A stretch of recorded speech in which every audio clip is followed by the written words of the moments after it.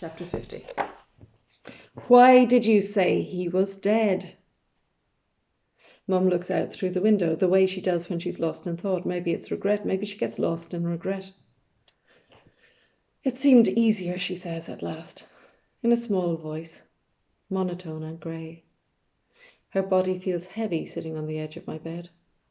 I never noticed this before. But this isn't good enough. You do not tell your child her father is dead for 14 years and then casually introduce him in a hotel lobby. Did he even make films? She shrugs, a tiny one. Commercials, infomercials, industrial shipping companies, health and safety and oil rigs. Brilliant. She romanticized him too. I guess him being dead and all, she could make him into whatever she wanted. I didn't want you to feel rejected, Angelica. I didn't want his rejection of you to be the first thing you knew. Great.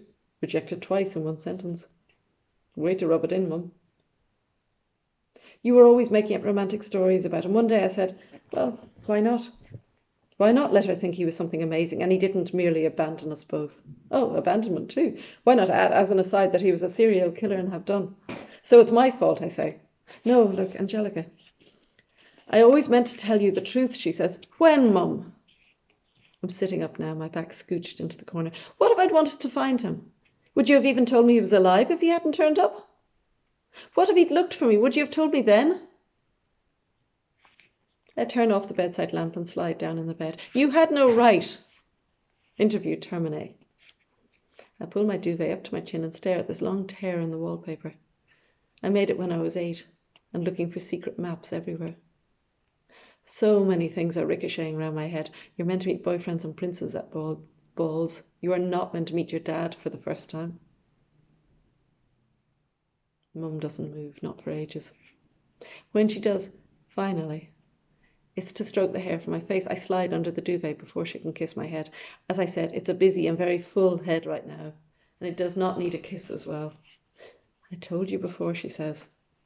I never meant for you not to have a dad. I remain under the duvet as she gets up to leave. It's surprisingly comforting, the duvet, like a warm nest. He won't just disappear, I say. I suspect it depends on you, she replies. Great, no pressure then. Anything else you want to know? How can she ask that? How can she ask that? Insert on knowing when to be silent. A pause before answering makes people feel that you are actually thinking about your answer. Result, you come across as intelligent, even if you are A, only trying to figure out how to respond to such a stupid question, B, so tired you've forgotten how your lips work, C, you weren't listening and now have to figure out an answer that hides this from them. A pause within an argument allows you to calm down. Losing your temper doesn't win arguments. This is the moment to count to 10. I haven't made it past 6 yet, but Chris says I'm a work in progress. When being asked if you overheard or did something you were not supposed to do, always pause before answering.